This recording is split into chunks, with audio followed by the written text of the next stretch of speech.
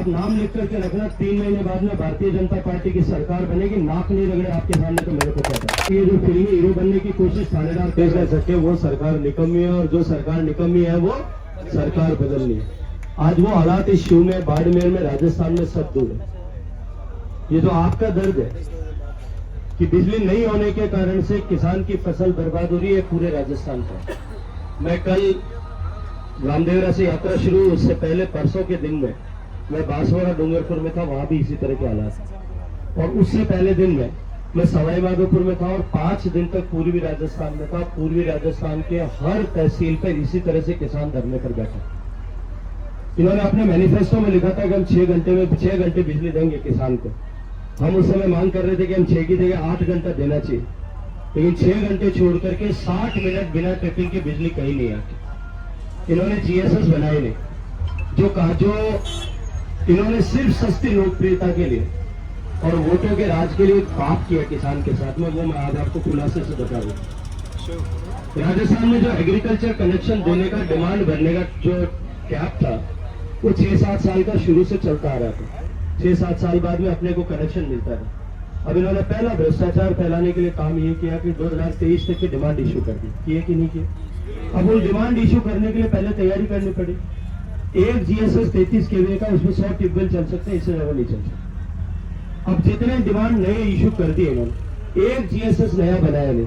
और उसके बाद में आज अगर अपने शिव और अपने पड़ोस में फतेहगढ़, इन 2 तहसीलों के सारे जितने डिमांड इशू किए उन्होंने, उन सबको जोड़ कर तो यहाँ पे कम से कम भी 75 नए जीएसएस बनाने पड़ेंगे इनको 33 केवीए, और 10 से ज्यादा इनको 132 के जीएसएस बनाने पड़ेंगे, और 220 के जीएसएस बनाने पड़ेंगे 4 इसके जैसे। एक भी ये बना नहीं था, और उसके चलते हुए आज ये दुर्भाग्यपूर्ण परिस्थिति अपने इस क्षेत्र में पैदा हुई।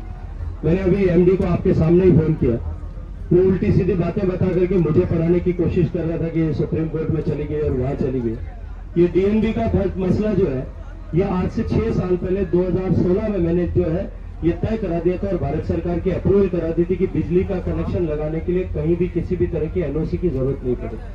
लेकिन इन्होंने इसको अटकाए रखा, और इनकी अकर्मण्यता के कारण से आज ये दुर्भाग्यपूर्ण परिस्थिति पैदा हुई कि 10 साल के बाद में भी जीएसएस नहीं बनी।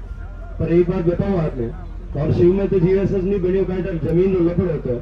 हमारे लो आउट में तो कोई जमीन लपड़ नहीं होता, जमीन कटेड़ी पड़ी उड़ माते हारते हुए थमा पिछला 8 साल में पड़िया, और वो आज तो जीएसएस बनी होता। सरकार के पास में इन सब विकास कार्यों की न तो प्राथमिकता है, न इन कामों को करने की उनकी कोई नियत है। उनकी नियत सिर्फ एक ही है कि किसी तरह से इस राज के चिपके रहो, और उनको लगता है कि हमने किसानों को 2000 यूनिट बिजली देने का वादा कर दिया, और किसान बूढ़ेपने में पहल के जो करियो कि मैं जमीन वो कर्जो माफ कर दूं, उनके बड़ेपने में हमके बड़े मार्क्स साथ आ जाए, तो ये तो उनकी गलतफहमी है। ये राजनीतिक मंच नहीं है, इसलिए मैं इस बारे में टिप्पणी नहीं करूंगा। लेकिन अभी मैंने एमडी को भी बात की, और एमडी को ये कहा है कि जीएसएस तो एक दिन में बनने वाला नहीं। जो भी फीडर ऑगमेंटेशन करना है आपको, जैसलमेर के फीडर्स अलग करने या उसकी जो भी वैकल्पिक व्यवस्था करनी है, वो वैकल्पिक व्यवस्था करके किसान को कम से कम 4-5 घंटे बिजली मिले, इसको तो सुनिश्चित करें। वरना इस बार की फसल अगर 15 दिन में हमारी बिजली नहीं आई, 15 दिन में जीएसएस तो बने को, और 15 दिन में बिजली नहीं आई, तो इस बार तो हमारी फसल अब की बार की तो चौपट होगी, और ढके हमारे पास बिजाई टाइम आ जाए, और उन टाइम भी अगर बिजली नहीं आए तो 2-2 फसल अगर इन पूरा एरिया में जैसे डबल 2 साथ रख एरिया है उठे, अगर आप 2 साथ तक बिजली नहीं आई तो किसान की तो जमीन पक्का नीलाम होने वाली, कुछ नहीं बचने वाला, हम बर्बाद हो जाएंगे।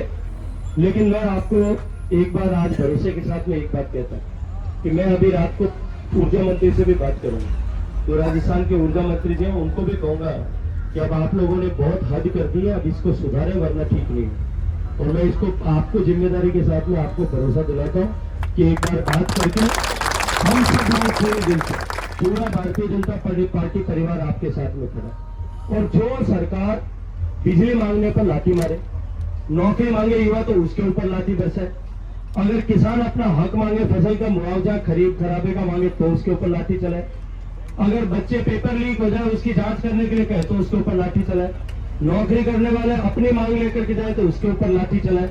हम अगर लोगों की बात उठाने के लिए, हम लोग अगर धरना देने के लिए जाए तो हमारे ऊपर पानी की बौछार और गटर के पानी की बौछार गिरा और लाठियां चलाए। अगर वीरांगनाएं जिन्होंने अपने पति कुर्बान कर दिए इस देश के लिए, वो अपना हक मांगने जाए तो उनके कपड़े फाड़ करके लाठी चलाए। तो मुझे लगता है कि अंग्रेजों की सरकार में भी इतनी लाठियां तो लोगों के ऊपर नहीं पड़ी। तो इस लाठी बाटी की सरकार को अब की बार चुनाव में जनता अपने आप जवाब देगी, ये मुझे पूरा भरोसा है, पूरा विश्वास है। लेकिन इस बार जो है इस सरकार को ये इस तरह की जो इन्होंने काम किया है, मैंने अभी कलेक्टर को बात की है, एसपी क्योंकि चुनाव आयोग की मीटिंग में बैठे, अभी मीटिंग खत्म होती है, मैं आईजी और एसपी दोनों को बात करूंगा कि तुरंत उन बच्चों को रिहा करना चाहिए। और ये जो फिल्मी हीरो बनने की कोशिश थानेदार कर रहा है, आप नाम लिख करके रखना, 3 महीने बाद में भारतीय जनता पार्टी की सरकार बनेगी, नाक नहीं रगड़े आपके सामने, तो मेरे को पता है।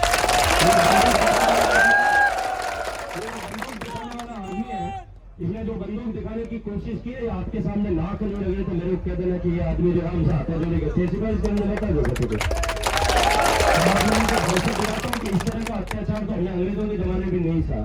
इसलिए आप अगर इस तरह का अत्याचार करके लाठी बना के बंदूक चला के गोली चला के कोई हमको दबाने की कोशिश करेगा तो इस 21वीं सदी में न तो युवा झुका है न झुकेगा।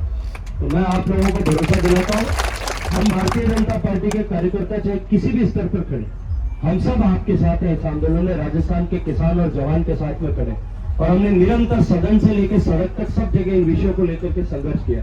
बार बार डिस्कॉम के इन फीडर्स का, बार बार इनके जीएसएस का, बार बार इनके कार्यालयों का बिजली को लेकर के 4 साल तक घेराव किया। लेकिन ये सरकार क्योंकि आंख मीच करके बैठी, आंख मीच करके और कान भेज करके बैठी है, अगर आंख मीचोड़े कान आना घिचोड़े अपन हम रात भेजना पड़े, थोड़ा सा जान और इलाज हो तो आप लोग उत्तर कर लो।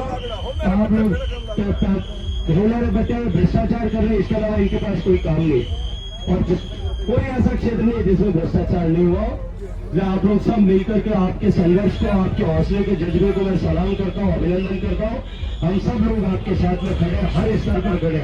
और अगर इसके बाद में दमन करेंगे, इसके बाद में अगर ये इस तरह का क्रूर व्यवहार आपके साथ में करेंगे, पहली गुलाटी जो है भारतीय जनता पार्टी के कार्यकर्ता पर पड़ेगी, उसके बाद में आपके ऊपर पड़ेगी। इसका भरोसा और विश्वास मैं आपको दिलाता हूँ। आप सब लोगों ने हमारी बात को सुना, हम हर दुख में आपके साथ में खड़े, हर दुख